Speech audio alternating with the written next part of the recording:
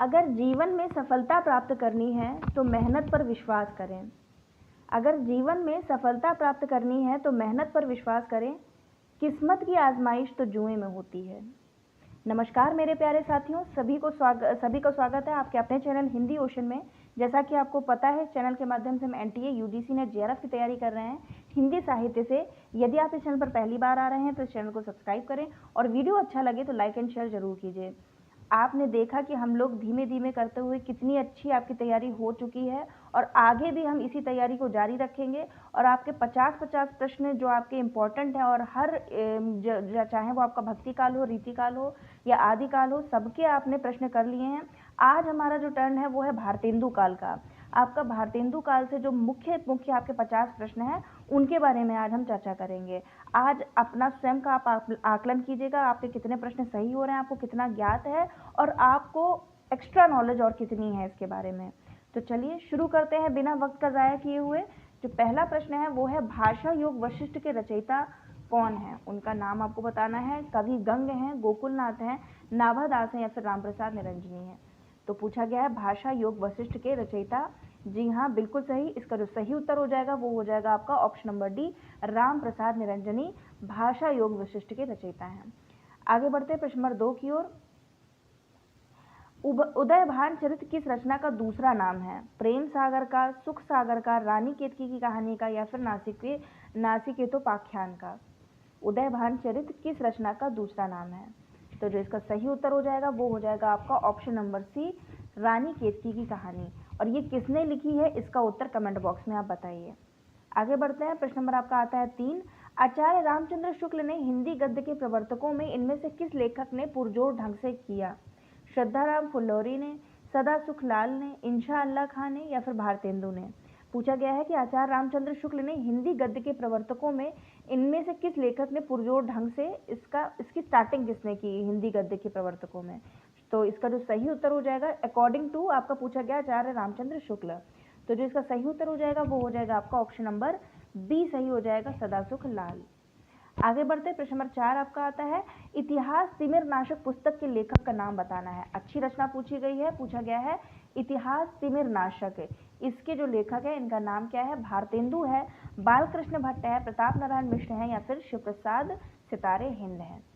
तो जो इसका सही उत्तर हो जाएगा वो हो जाएगा आपका ऑप्शन नंबर डी सही हो जाएगा, शिव प्रसाद सितारे हिंद किस पुस्तक के लेखक है, इतिहास तिमिर नाशक।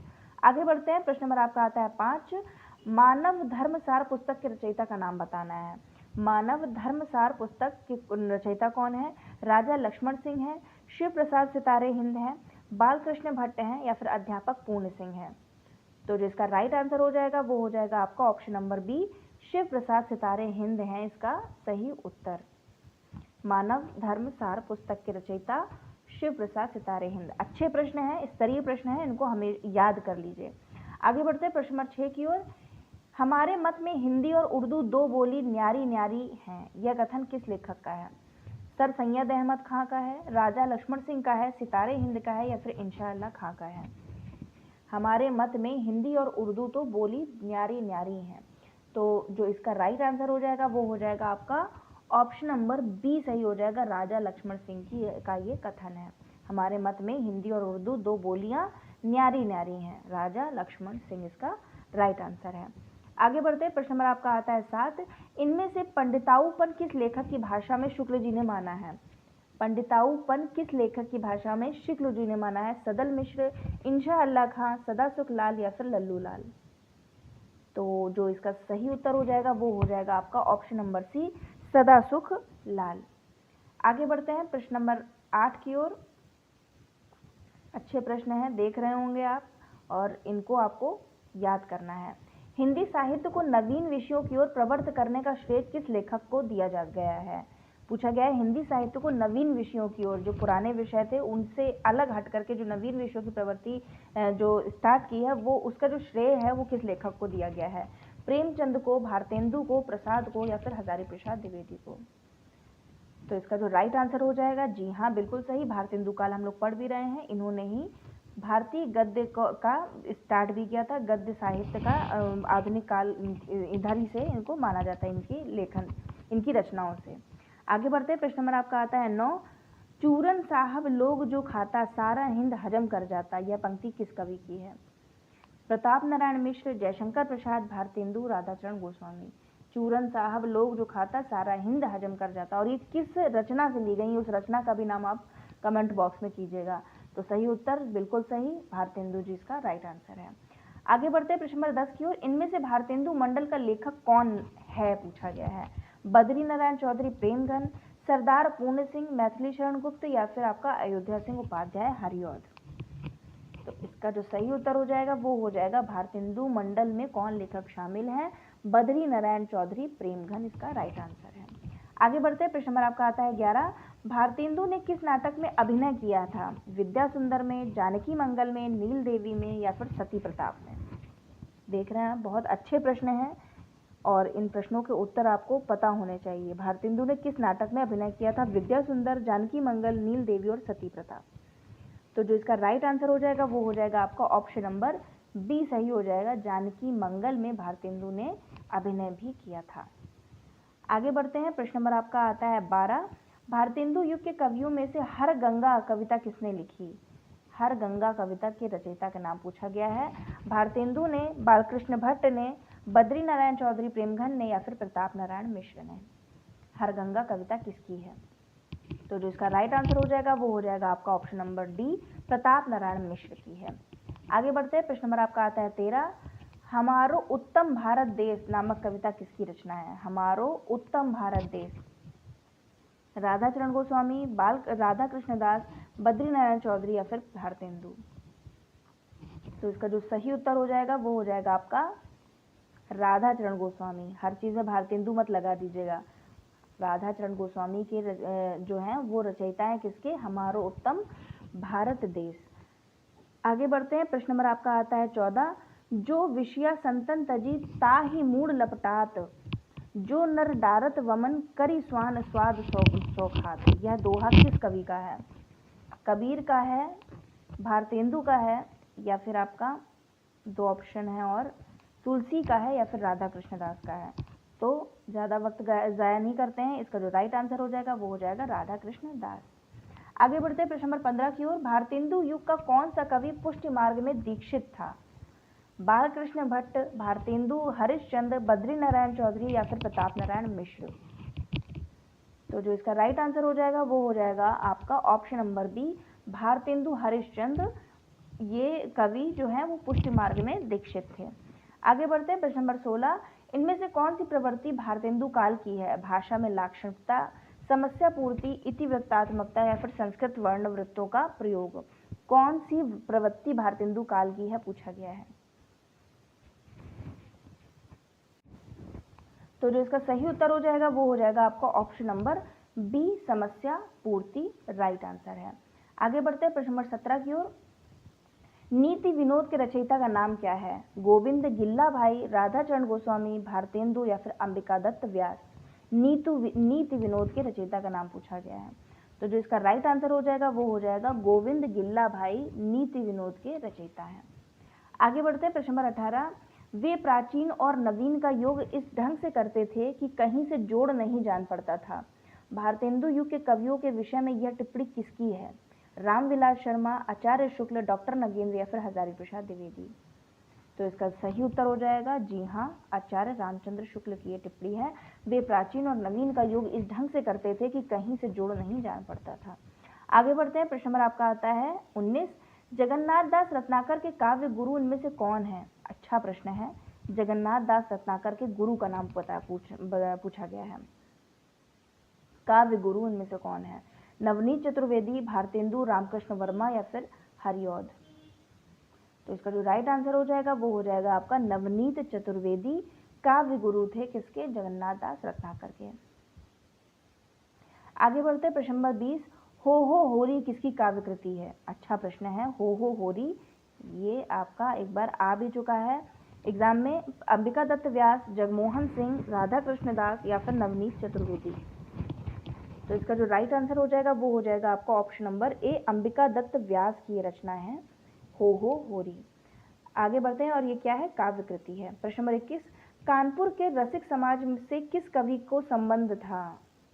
कानपुर के रसिक समाज से किस कवि का संबंध था पूछा गया है। भारतेंदु का, अंबिका दत्त व्यास का, प्रताप नारायण मिश्र का या फिर राधा कृष्णदास का। तो जो इसका राइट आंसर हो जाएगा वो हो जाएगा आपका option number C, Pratap Narayan Mishra का संबंध था कानपुर के रसिक समाज से। संबंध था किसका? प्रताप नारायण मिश्र का। आगे बढ़ते हैं, प्रश्न नंबर आपका आता है 22। नागरी नीरद नामक साप्ताहिक पत्र के संपादक का नाम पूछा गया है। नागरी नीरद नामक साप्ताहिक पत्र का प्रताप नारायण मिश्र, भारतेंदु, हरिऔध या फिर बद्री नारायण चौधरी। तो इसका जो राइट आंसर हो जाएगा वो हो जाएगा बद्री नारायण चौधरी प्रेमधन संपादक थे किसके? नागरी नीरद के। आगे बढ़ते हैं प्रश्न नंबर 23 की ओर। कौन सा हिंदी कवि अब्र उपनाम से उर्दू में कविता लिखता था? अच्छा प्रश्न है और आपको पता होगा। भारतेंदु, श्रीधर पाठक, अंबिका दत्त व्यास या फिर प्रेमघन। तो इसका सही उत्तर हो जाएगा अब्र नाम से कौन लिखता था? प्रेमघन लिखते थे। आगे बढ़ते हैं, आपका आता है प्रश्न नंबर 24। बिहारी के दोहों का कुंडलिनी में विस्तार इनमें से किस कवि ने किया है? बिहारी के दोहों का कुंडलिनी में विस्तार इनमें से किस कवि ने किया है? अंबिका दत्त व्यास, जगन्नाथ दास रत्नाकर, प्रेमघन या फिर नवनीत चतुर्वेदी। राइट आंसर बताना है।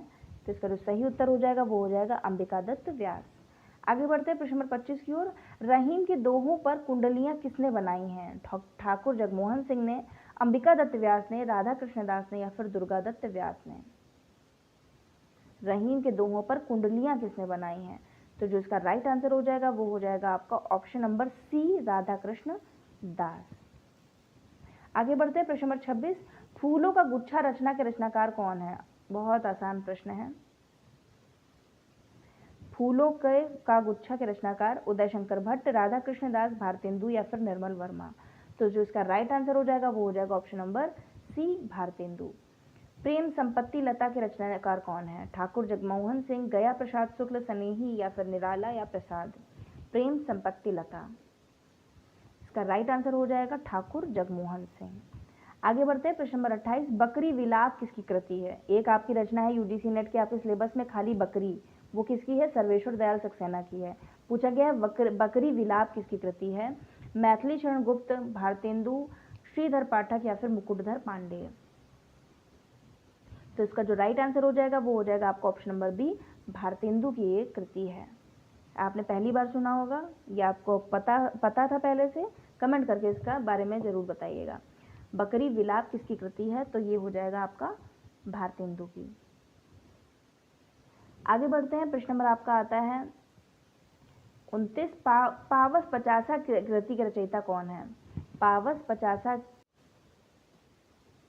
फिर से प्रश्न पढ़ लेते हैं। लल्लू लाल जी कृत, माफ कीजिएगा, पूछा गया है लल्लू लाल जी कृत प्रेम सागर के विषय में कौन सा कथन सत्य है? यह एक अनुवाद ग्रंथ है, इसकी भाषा कथा वार्ता के अनुरूप है, इसके शब्द रूप अनिश्चितता, भाषा ब्रजी रंजित तथा शैली पंडिताऊ है, इसका अनुवाद अंग्रेजी भाषा में भी हुआ है या फिर यह भारतेंदु परवर्ती रचना है। लल्लू लाल जी कृत प्रेम सागर के विषय में कौन सा कथन सत्य है पूछा गया है। तो इसका जो राइट आंसर हो जाएगा वो हो जाएगा आपका ऑप्शन नंबर बी सही हो जाएगा। इसकी भाषा कथा वार्ता के अनुरूप है, इसके शब्द रूप अनिश्चित, भाषा ब्रजी रंजित तथा शैली पंडिताऊ है। आगे बढ़ते हैं, प्रश्न नंबर आपका आता है 43। आरंभिक खड़ी बोली गद्य के कौन से दो आधार स्तंभ फोर्ट विलियम कॉलेज में भाषा मुंशी के रूप में नियुक्त थे? लल्लू लाल, सदल मिश्र, इंशा अल्लाह खां, मुंशी सदासुख लाल, लल्लू लाल या फिर मुंशी सदासुख लाल या फिर सदल मिश्र और इंशा अल्लाह खां। स्तरीय प्रश्न है, कठिन होगा ये प्रश्न आपके लिए। आरंभिक खड़ी बोली गद्य के कौन से दो आधार स्तंभ, फोर्ट विलियम के जो आधार स्तंभ कहे जाते हैं वो कौन है? तो इसका जो राइट आंसर हो जाएगा वो हो जाएगा आपका ऑप्शन नंबर ए, लल्लू लाल और सदल मिश्र। ये दोनों आधार ग्रंथ हैं, आधार ग्रंथ नहीं आधार स्तंभ हैं फोर्ट विलियम कॉलेज के, और भाषा मुंशी के रूप में ये दोनों लोग नियुक्त थे। आगे बढ़ते प्रश्न नंबर 44। किस आरंभिक खड़ी बोली के लेखक ने निसार उपनाम से उर्दू में भी रचना की है? निसार नाम से, अच्छा प्रश्न है। निसार नाम से उर्दू में किसने रचना की है? मुंशी सदासुख लाल ने, लल्लू लाल ने, सदल मिश्र ने या फिर दौलत राम ने। तो इसका जो राइट आंसर हो जाएगा वो हो जाएगा आपका ऑप्शन नंबर ए, मुंशी सदासुख लाल ने निसार उपनाम से उर्दू में रचनाएं की हैं? याद करिएगा, अच्छा प्रश्न है, मुंशी सदासुख लाल निसार। आगे बढ़ते प्रश्न नंबर 45, राजा लक्ष्मण सिंह का खड़ी बोली के स्वरूप संबंधी मत क्या था? विशुद्ध उर्दू परक, हिंदी उर्दू मिश्रित, संस्कृत उर्दू मिश्रित या फिर विशुद्ध संस्कृत निष्ठ? राजा लक्ष्मण सिंह का खड़ी बोली के स्वरूप में संबंधी मत क्या था? तो इसका जो राइट आंसर हो जाएगा वो हो जाएगा आपका ऑप्शन नंबर डी, विशुद्ध संस्कृत निष्ठ। आगे बढ़ते हैं प्रश्न नंबर 46, भारतेंदु द्वारा स्थिर किए गए खड़ी बोली गद्य के स्वरूप निर्माण के निम्नांकित आधारों में असत्य पूछा गया है। असत्य कथन का आपको चयन करना है। हिंदी के तद्भव और प्रचलित शब्दों का प्रयोग, शब्दों को तोड़ मरोड़ कर निर्मित करना, उर्दू फारसी के लोक व्यवहृत शब्द या फिर संस्कृत के मूल स्रोत से शब्दों का ग्रहण। भारतेंदु द्वारा स्थिर किए गए खड़ी बोली गद्य के स्वरूप का निर्माण में कौन से आधार जो हैं वो असत्य हैं? तो जिसका सही उत्तर हो जाएगा वो हो जाएगा आपका ऑप्शन नंबर बी, शब्दों को तोड़ मरोड़ कर निर्मित करना। ऐसा नहीं है बिल्कुल भी इनके में। बाकी ये तीनों जो आपके ऑप्शन है एकदम सही है। जो गलत हो जाएगा वो ये है और ऑप्शन नंबर इसका ये राइट है। आगे बढ़ते हैं, प्रश्न नंबर आपका आता है 47, 19वीं सदी के आरंभ में 4 ऐसे लेखक आविर्भूत हुए जिन्होंने हिंदी गद्य की आधारशिला रखी। इनमें से किसकी गद्य शैली परवर्ती गद्य लेखकों द्वारा अपनाई गई? इंशा अल्लाह खां, सदल मिश्र, सदासुख लाल या फिर लल्लू लाल? तो इसका जो सही उत्तर हो जाएगा वो हो जाएगा आपका ऑप्शन नंबर बी, सदल मिश्र। आगे बढ़ते हैं, प्रश्न नंबर आपका आता है 48, हिंदी उर्दू विवाद को किस राजनेता ने सांप्रदायिक रंग देते हुए उर्दू को मुसलमानों की निशानी बताया? बहुत ही अच्छा प्रश्न है। पूछा गया है हिंदी उर्दू विवाद को किस राजनेता ने सांप्रदायिक रंग देते हुए उर्दू को मुसलमानों की निशानी बताया? तो इसके देखते हैं ऑप्शंस क्या दिए गए हैं। ऑप्शंस हैं आपके मोहम्मद अली जिन्ना, इंशा अल्लाह खां, सैयद अहमद खां या फिर कैफी आजमी? तो इसका जो राइट आंसर हो जाएगा वो हो जाएगा आपका ऑप्शन नंबर, कौन सा प्रश्न है ये आपका? प्रश्न नंबर आपका 48 है। तो इसका जो सही उत्तर हो जाएगा वो हो जाएगा आपका option number C, Syed Ahmad Khan. आगे बढ़ते हैं, प्रश्न नंबर आपका आता है 49, इनमें से कौन भारतेंदु मंडल का लेखक नहीं है? पूछा गया है। बालकृष्ण भट्ट, प्रताप नारायण मिश्र, ठाकुर जगमोहन सिंह या फिर गुलाब राय? बहुत आसान प्रश्न है। इसका सही उत्तर हो जाएगा गुलाब राय।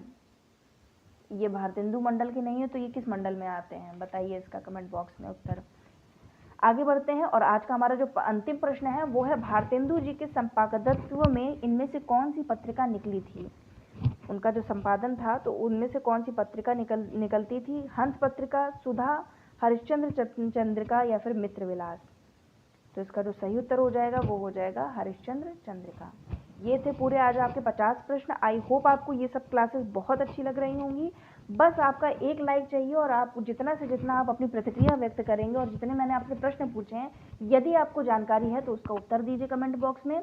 और ऐसे ही वीडियो देखते रहिए और अपनी तैयारी में एक नई धार प्रदान करते रहिए। खूब पढ़िए, खूब मेहनत कीजिए। नेट किया आप JRF पहले अटेम्प्ट में निकालिए और ये आपका ऐसा अपने आप को इस तरह से बना लीजिए कि आपको पेपर 2 तो पढ़ना ही पढ़ना है, साथ में पेपर 1 जो कि बहुत इंपॉर्टेंट है उसको बिल्कुल भी नज़रअंदाज नहीं करना है। उसकी भी तैयारी साथ साथ में आपको करती चली जानी है। तो बने रहिए हिंदी ओशन के साथ में। आप सभी का प्रेम पूर्वक बहुत बहुत धन्यवाद।